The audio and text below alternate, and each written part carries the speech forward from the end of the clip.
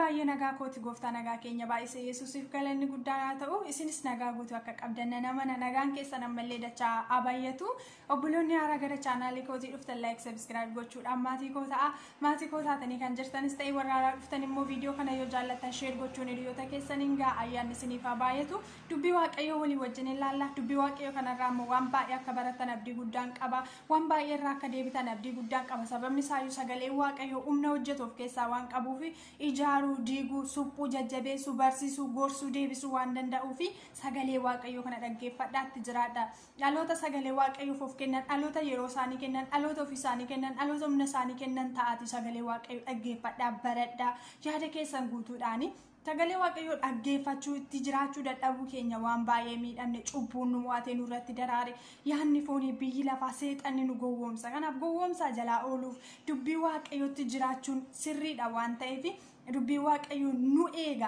akka nuti cubbuutti dabarfamnee hin kennamne akka nuti hin banne nu eega hafuurri waaqayyoo keessa keenya jiru sagalee waaqayyoo keessa keenya jiru wanti lama keessa keenyatti akka humna hin godhanne yookaan immoo gooftummaa hin godhanne godha waan ta'eef dhaloonni sagalee waaqayyoo of keessatti moosise dhaloonni dubbii waaqayyoo of keessatti moosise cubbuun keessa isaatti mo'uu hin danda'u. Cubbuun keessa isaatti bakka qabachuu hin danda'u sagalee waaqayyoo dursee bakka qabateera waan ta'eef kanaaf dhaloota sagalee waaqayyoo jiraatan haa taanu dhaloota sagalee waaqayyoo dhaggeeffatan sooratan haa taanu dhaamsa kooti gooftaan maqaan isaa eebbifamu mee sagalee waaqayyoo walii wajjin hin ilaallaa erga Yaaqoob boqonnaa 3 lakkoofsa 5 irra jiru nu dubbiseedhaan itti fufnee ilaalla bu'aa fi miidhaa harramni fidu walii wajjin hin ilaalla kutaa qaamota keenyaa keessaati baay'een isaanii bu'aa akkuma qabanii miidhaas kan qaban jiru sababni isaa yoo nuti ajajamnee fi itti miidhaa waan hamaa hojjechuu goone waan qaamni keenya sunis immoo socho'ee ergama isaa bahuun dirqama waan ta'eef hamaa ittiin godha jechuudha of to'achuun garuu of dhoowwuuni qaamni keenya gara hamaatti akka nu geessee cubbuu keessatti akka nu hin kuffifnee fi nu dhorka kanaaf iyyuu miidhaa fi bu'aa harramni qabu. Kutaalee qaama keenyaa keessa miidhaa fi bu'aa harramni qabu walii wajjiniin ilaalla gooftaan haa kabajamu. Mee nuufan dubbisa bakka kana lakkoofsa tokkorraa kaatanii yoo dubbifattanii fakkeenyota isaa walitti jiranidha kan isin argattan jechuudha fakkeenya gaariidha sirriitti isiniif ibsuu danda'a yaadicha akka isiniif galu gochuu danda'a waan ta'eef dubbifadha lakkoofsa tokkorraa ka'aatiin isiniin jedha ani nan dubbisa lakkoofsa 5irraa ka'ee akkas jedha harramni akkasumas bu'aa dhaqna xinnoo tokkodha waan gurguddaa baay'eedhaan of ni jaja ibidda hammam xinnaatu illee caakkaa hammam guddatu iyyuu ni guba harramni ibidda lafaa zal'ina hundumaa ni guuta harramni bu'aa dhaqna keenyaa keessatti iddoo dhaabbataa qaba guutummaa dhaqnaas ni xureessa ofii isaatii qiliilee ibiddaatti ni qabsiifame naannoftuu dhaloota hundumaatti ibidda ni qabsiisa namni uumama isaatiin bineensota keessaa simbirroota keessaa bineensota lafa irra munyuuqan keessaa bineensota bishaan keessa jiraatan keessaa leenjisuu ni danda'a leenjiseeras garuu namni harraba isaa leenjisuu danda'u hin jiru inni hamaa gabii hin qabneedha hadhaa du'a fiduun guutuudha harrabni maqaa waaqayyoo gooftaanii eebbisna arrabaan maqaa waaqayyoo gooftaanii eebbisna isumaanis namoota fakkaattii waaqayyootti uumaman ni abaarra afaanuma tokko keessaa eebbii fi abaarsi ba'a kun akkas ta'uu irra hin jiru obboloota koo burqaa tokko keessaa mi'aa fi hadhaawaan ni yaa'aare obboloota koo mukti harbuu ija ejersaa mukti wayniis ija harbuu godhachuu danda'aare akkasumas immoo burqaan hora bishaanii namni dhugu yaasuu ni danda'aare jedha galanni waaqayyoodhaaf haa ta'u bakka kanatti gara olii lakkoofsa tokkorratti yoo fudhattanii fakkeenya markaba nuu kaasee jira markaba nuu kaa'e markabni guddaadha galaanarra gaafa deemu garuu baattoo xiqqoodhaan kan inni socho'uu danda'u akkasumas fardi luugama yoo gaafa itti geenyu fardi luugama malee osoo irra baheera ta'e namni tokko farda irra baheera yoo ta'e gara barbaadetti geessuu danda'a fardi suni bowwaatti kuffisuu danda'a ajjeesuu danda'a jechuudha garuu luugamni itti godhameera taanaanii farda tokkotti luugama godhee guutummaa qaama farda sanaa to'achuu danda'a namni jechuudha kanaaf fardi suni qabee gara barbaadetti geessuu akka barbaadetti gulufsiisuu ta'e ittiin deemuu danda'a fakkeenyota kana lamaan nuu kaasa kanaaf harramni keenyas jedha harramni akkasumas harramnis akkasuma bu'aa dhaqna xinnoo tokkodha harramni keenya kutaa qaamota jiranii keessaati xiqqoodha garuu dubbii arraba keenya keessaa ba'uun immoo guutummaa qaama keenya isaan hafan baay'ee fi gurguddoo ta'an isaanii hundumayyuu xureessuu ni dandeenya. Arrabni xiqqoodha garuu caakkaa guddaa yogguu ni danda'a. Jireenya dhaloota baay'ee xureessuu ni danda'a arrabni xiqqoodha. Yoo maal gochuutti baanne, yoo to'annootti gochuutti baanne. Namoonni baay'een hin tajaajilu, tajaajiltoota hin lallabu, hin faarsu, dubbii waaqayyoo hin barsiisu, itti jiraatu fakkaatu garuu arrabni isaanii to'annaa hin qabu. Osuma barsiisanii nama arrabsu, nama miidhuu, obboloota irratti hamaa yaaduu, hamaa godhuu, hamaa qopheessu. Kana hundumaa kan fidummoo arraba. Namni dubban arraba isaatiitti to'annaa hin goone, luugama hin goone yoo ta'e jireenyi isaa guutummaan xuraa'aadha. Xuraa'ummaa isa kan biraarraa baqatan isa ijaan namni argu. Yookaan immoo isa qaamatti godhee nama ajjeesuu harkaan qabee nama ajjeesuu ejjuu cubbuu biraa akka cubbutti lakkaa garuu isa afaansaa keessaa bahu akka cubbutti hin lakkaa'u. Arraba keenyatti to'annaa hin goone taanaanii arraba keenya keessaa kan bahu namoota biroo akka hadhaawaatti miidha. Ni ajjeesa, summii itti facaasa yoo ta'e tajaajilli keenya, jireenyi keenya, inni nuti faarsinu, inni nuti lallabnu gatii hin qabu. Guutummaan jireenya keenya dubbii arraba keenya keessaa bahuutiin xuraa'e. Namni harka isaatiin yoo nama miidhe dhiifama gochuu danda'a. Harka isaatiin yoo wayi balleessee deebisee isa balleesse sana sirreessuu danda'a. Harki waan balleesse harkumatu deebisee sirreessuu danda'a. Arrabni yoo balleesse garuu deebisee garaa isaatti ol deeffachuu hin danda'u. Namoonni tokko akkas jedhu arraba isaaniitiin waan barbaadan dubbatanii waan barbaadan balleessantu garaa koo keessa homtuu hin jiru jedhu. Garaan koo qulqulluudha jedhu. Dubbii waaqayyoo immoo namni waanuma garaa isaatti yaadee garaa isaa guutee arraba isaatiin baasee dubbataa jedha. Keessi keenya xuraa'ummaan qabu yoo ta'e, keessi keenya qulqulluu yoo ta'e, nuyi of kan to'annu yoo ta'e, sagalee waaqayyoo keessa keenya dhuunfateera yoo ta'e, keessi keenya buufateera yoo ta'e, nu mo'ateera yoo ta'e, arrabni keenya hamaa dubbachuu hin danda'u. Arrabni keenya summii facaasuu hin danda'u.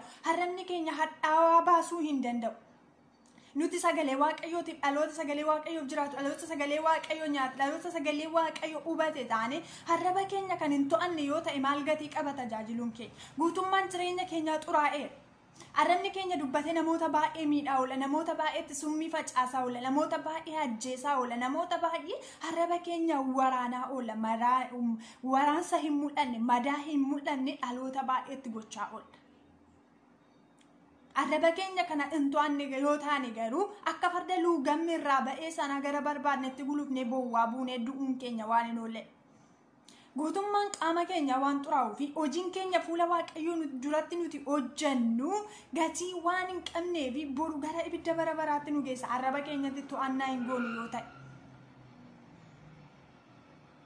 Kanaaf arrabni keenya xiqqoodha kutaa qaama keenyaa keessaa garuu miidhaan inni geessisu immoo guddaadha. Akkuma faayidaa guddaa qaba. Arraba keenyaan dubbannee dubbii waaqayyoo barsiisnaa, arraba keenyaan dubbannee cubburraa dhaloota deebisnaa, arraba keenyaan dubbannee dhugaa baanaa dhaloota baay'eetti waa'ee Kiristoos dubbannaa dhimma sakkarraa. Garuu immoo arrabuma keenyaan immoo deebineetu dhaloota baay'ee arrabsina. Xuraa'ummaan hamaan tokko arraba keenya keessaa ba'a. Isa keessa keenya seenu wanta afaan keenya keessa seenu osoo hin ta'in wanta afaan keenya keessaa ba'utu nu xureessadha. Dubbii waaqayyoo wangeela Yohaannis boqonnaa 15 lakkoofsa boqonnaa 15 lakkoofsa 10 irraa yoo dubbifattanii wanta afaan keenya keessaa ba'utu nu xureessa malee wanta afaan keenya seenu nu xureessu. Namoonni baay'een garuu wanta afaan isaanii seenu akka xuraa'ummaatti lakkaa'u malee afaan isaanii keessaa ba'u miti. Faarfatanii gaafa madirakii irraa bu'an, faarfatanii gaafa iddoo faarfannaati iddoo tajaajilaatii bu'anii arraba isaanii keessaa dhoksaatti inni ba'u wanta summaa'aadha, wanta xuraa'aadha, wanta namatti hin tolle. Obboleessa keenyaaf of hin eeggannu yoo ta'e, obboleetti keenyaaf of hin eeggannu yoo ta'e, arraba keenya hin to'annu yoo ta'e, hojiin keenya hundumti isaatiiyyuu kan gatii hin qabne ta'a. Arrabni keenya du'atti nu geessa, arrabni keenya badiitti nu geessa, arrabni keenya hamminatti nu geessa. Arrabni waan hedduu gubee balleessa, wanta hedduu miidha. Arrabni nama ajjeesa, arrabni obboleessa waraana, hin dhiigsa keessa lafee namaa madeessa. Baay'een keenya arraba keenya hin to'annu. Baay'een keenya jechoota keenya hin filannu. Baay'een keenya ofii keenya deemnee luka keenya waan tokko hojjechuutti sodaanna malee isa kan akka cubbutti lakkoofne isa kan irraa dhorkina malee arraba keenya hin to'annu. Garuu arrabni keenya to'annaa kan hin qabne yoo ta'e, arrabni keenya luugama kan hin qabne yoo ta'e badiitti nu geessa. guutummaa tajaajila keenya gatii dhoo jireenya keenya gatii dhoo gara du'aatti nu geessa. Kanaaf obboloota koo jaallatamu arraba keenya namoota baay'ee madeessaa oolla karaa garaa garaatiin. Nama arrabsaa oolla, nama amachaa oolla, nama irratti hamaa qopheessaa oolla. Dubbannee arraba keenya to'annoo arraba keenyatti hin goone yoo ta'e du'atti deemaa jira. Isa harkaan nama ajjeesu miti, isa arrabaan nama ajjeesutu caala yoo arraba keenya hin to'annu ta'e. Isa harkaan nama madeessinu miti, isa arraba keenya nama madeessinutu caala yoo arraba keenya hin to'annu ta'e. Miidhaa guddaa arrabni fidu galchuu kan danda'u hin jiru. Arrabni baay'ee nama miidha. Arraba keessan hin to'anne yoo ta'e, arraba keenya hin to'anne yoo ta'e, dhaloonni maal nurraa barata? Nama baay'eedha karaa sooshaal miidiyaa garaa garaatiin arraba isaatiin summii facaasaa kan oolu dhaloota gidduutti. Arraba isaatiin jireenya isaa guutummaa xureessaa kan oolu. Arraba isaatiin dubbii waaqayyoo keessaa ba'ee bakka irra gulufaa kan oolu nama baay'eedha. Garuu nutti hin fakkaatu cubbuu.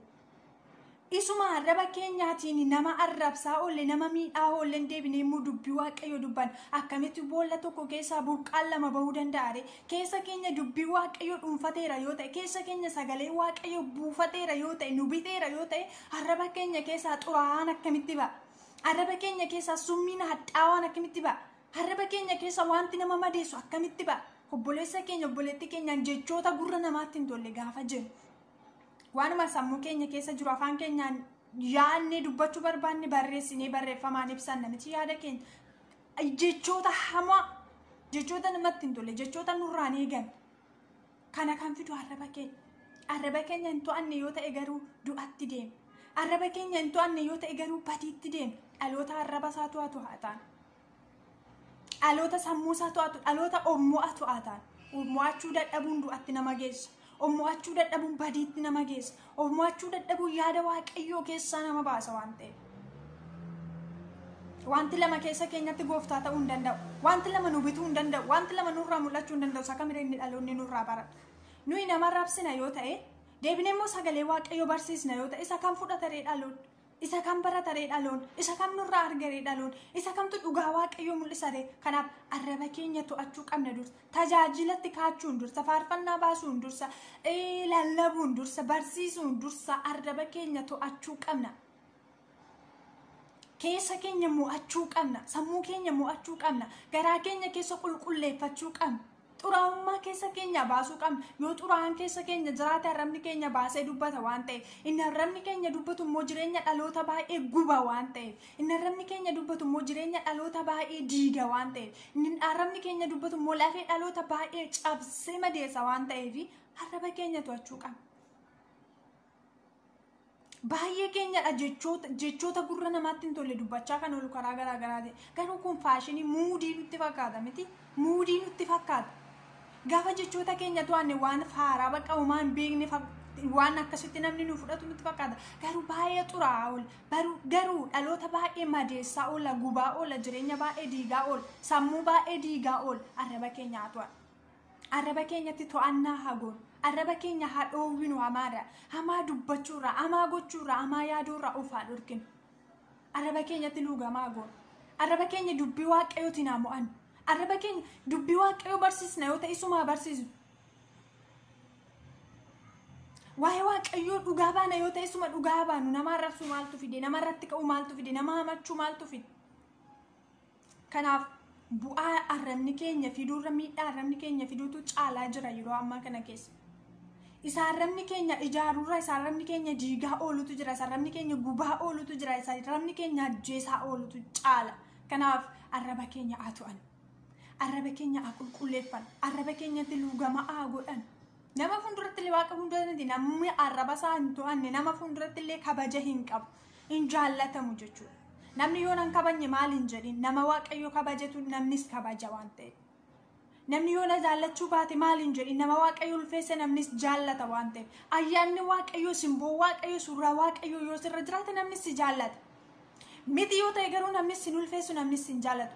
Nama arrabni isaa to'annoo hin qabne, nama arrabni isaa dhoowwaa luugama hin qabne namnis hin jaallatu, namnis hin kabaju, waaqayyo sin kabaju. Xuraa'aadha waan ta'eef. Kanaaf arraba keessan to'adhaa.